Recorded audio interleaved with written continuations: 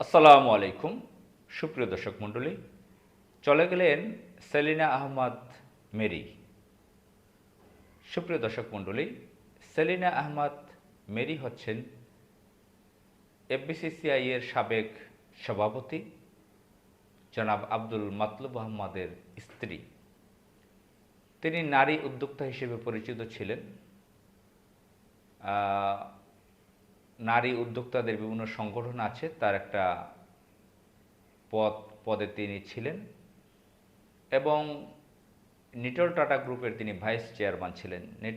Nitol tata গ্রুপের chairman হচ্ছেন আব্দুল মাতলুব আহমদ। নিটল নিলয়ে দুইটা কোম্পানি আছে।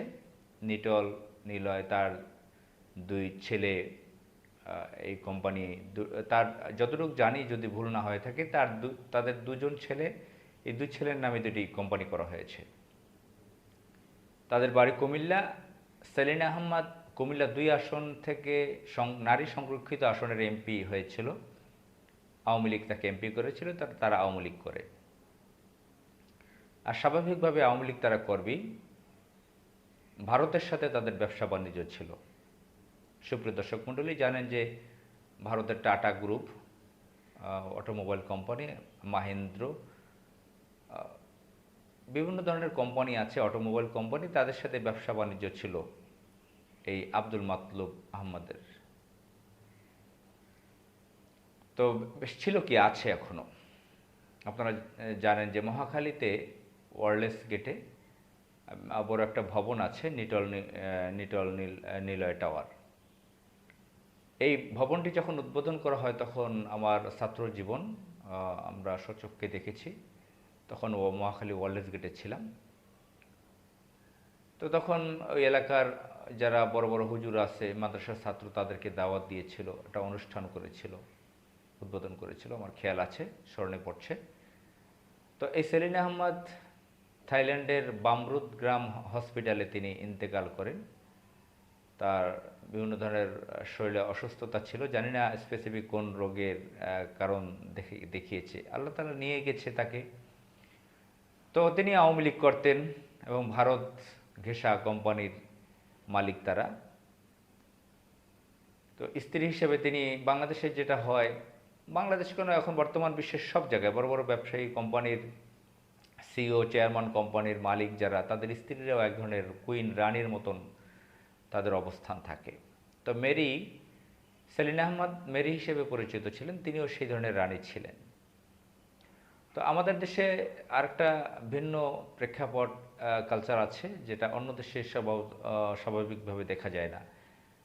যে কোনোভাবে মেরে মেরে কেটে ২ নম্বরি ৬ নম্বরি করে জালিয়াতি করে টাকা পয়সার মালিক যদি হয়ে যায়, কোম্পানির মালিক টালিক হয়ে যায়, তাদের স্ত্রীরাও সংরক্ষিত আসনের বা বিভিন্নভাবে নমিনেশন পেয়ে এমপি টিমপি হয়ে যায় আওয়ামী লীগ বিএনপি থেকে। অনেকের স্ত্রীরা আবার এভাবে থাকে না, তারা ভিতরে ভিতরে থাকে। তো ভিতরে ভিতরে থাকে, কিন্তু অনেকের স্ত্রীরা নারী উদ্যোক্তা হিসেবে পরিচিত থাকে, আবার এমপি টিমপি হয়ে যায়। যেরকম আনিসুল হক, যাকে মেয়র করেছিল জালিয়াতি করে হাসিনা ঢাকার উত্তরে, মোহাম্মদী গ্রুপের তিনি চেয়ারম্যান ছিলেন। তার স্ত্রী রুবামা, নামটা কি, রুবামার সাথে মিলিয়ে ফেলেছি আনিসুদ্দৌলার ভাতিজির সাথে। তাকে আপনারা জানেন যে একজন মহিলা, নামটা স্পেসিফিক এখন খুব সংক্ষিপ্ত সময়ের জন্য ভুলে গেলাম মনে হচ্ছে, পরিচিত মুখ, আপনারা জানেন, আনিসুল হকের স্ত্রী। তিনি নারী উদ্যোক্তা হিসেবে পরিচিত। তিনি ডক্টরেট ডিগ্রি অর্জন করেছেন বৃদ্ধ বয়সে। তার ছেলে মোহাম্মদী গ্রুপের এখন এমডি, তিনি হয়তো চেয়ারম্যান। তো এই হচ্ছে অবস্থা। আর তিনি বিভিন্ন টেলিভিশন টকশোতে কথা বলেন, বিভিন্ন ইউনিভার্সিটিতে কনভোকেশনে স্পিচ করেন, তরুণদেরকে উৎসাহ করেন ব্যবসা বাণিজ্য উদ্যোক্তা হওয়ার জন্য। রুবানা হক, নাম রুবানা হক, যদি ভুল না হয়ে থাকে। তো এই বৃদ্ধ মহিলা, তিনি এই কাজটা করছেন, খুব সেজেগুজে থাকেন, ভদ্র, স্মার্ট, লেখাপড়া জানেন। আব্দুল আউয়াল মিন্টুর স্ত্রীও নারী উদ্যোক্তা হিসেবে পরিচিত। অন্যদিকে আবুল হাশেম হাশেম ফেনী বা নোয়াখালী বাড়ি পার্টেক্স গ্রুপের চেয়ারম্যান। নর্থ সাউথ ইউনিভার্সিটিরও তিনি একজন ফাউন্ডার। বিভিন্ন ব্যাংক বিভিন্ন প্রতিষ্ঠান তিনি ব্যবসা বাণিজ্য করেছেন, বিভিন্ন ফ্যাক্টরি ইন্ডাস্ট্রি করেছেন। তিনি মারা গেছেন। তিনি একাডেমিক লেখাপড়া বেশি জানতেন না, কিন্তু ব্যবসায় খুব এক্সপার্ট ছিলেন। তার স্ত্রীকেও এমপি বানিয়েছিল বিএনপি। হাশেমও এমপি হয়েছিল। তো এ ধরনের বহুজন আছেন, বলা যাবে, যাদের আওয়ামী লীগের অনেক নেতারা আছেন যাদের স্ত্রীরা নারী উদ্যোক্তা ছিলেন। তো মেরিও এরকম ছিলেন। তো মেরি ঢাকা ইউনিভার্সিটিতে লেখাপড়া করেছেন, যতটুকু জানি লেখাপড়া জানতেন, শিক্ষিত। তবে তার একটা ভালো দক্ষতা ছিল যে অনেকে আওয়ামী লীগেরকে দেখেছি অভদ্র উচ্ছৃঙ্খলভাবে কথা বলতে, গালিগালাজ করতে, উচ্ছৃঙ্খলা করতে। সেদিক থেকে তিনি লেখাপড়া ছিলেন, মার্জিতভাবে কথা বলতেন।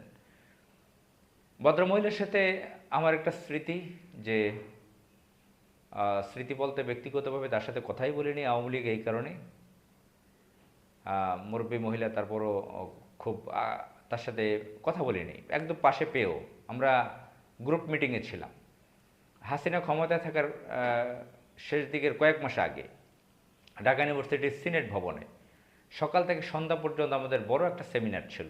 এই সেমিনারের মধ্যে দুটি ছোট ছোট গ্রুপ মিটিং হয়েছে। এই গ্রুপ মিটিংয়ে তিনি আমাদের সাথে ছিলেন, খুব সংক্ষিপ্ত ছোট জায়গায়। পুরো সিনেট হলে তো আমাদের বড় অনুষ্ঠান ছিল, বহু গেস্ট ছিল, তিনিও গ্রুপ মিটিংয়ে আমাদের সাথে ছিলেন, ব্যবসা বাণিজ্য নিয়ে কথা বলছেন। তো তার কথা মনে পড়ে, একটা ইম্পর্টেন্ট একটা ব্যাপার নিয়ে তিনি কথা বলেছিলেন, একটা কমপ্লায়েন্সমূলক কথা, যে নারীদের জন্য নারী বান্ধব সারা দেশে ওয়াশরুম নেই, বাথরুম টয়লেট যেটা বলেন। তো তিনি নারী হিসেবে, উদ্যোক্তা হিসেবে বা রাজনীতি করতে এসে দেশের বিভিন্ন জায়গায় এলাকায় চলাফেরা করতে হয়েছে। তার তার নিজের পর্যন্ত ইউরিন ইনফেকশন হয়ে গিয়েছিল। ইউরিন ইনফেকশনের জন্য তিনি ঘন ঘন পানি খাচ্ছিল, দেখছিলাম। তার সাথে পানি রাখতো তিনি, তো প্রচুর পানি খেত, ইউরিন ইনফেকশন হয়ে গিয়েছিল। তিনি এটা নিজেই সেই অনুষ্ঠানে বলেছিলেন। তো নারী বান্ধব আমাদের অনুষ্ঠান ছিল আরবানাইজেশন নিয়ে। তো আরবানাইজেশনের তো বিভিন্ন পার্ট আছে, তিনি তো ওই নারী বান্ধব ওয়াশরুমের কথা তিনি তুলে ধরেছিলেন। তো যাই হোক, তিনি আজকে পৃথিবী থেকে কয়েকদিন আগে বিদায় নিয়েছেন। পত্রপত্রিকায় কিছু নিউজ টিউজ হয়েছে, এই পর্যন্তই শেষ। এভাবেই পৃথিবীর নামি দামি ব্যক্তিরা নীরবে চলে যায়।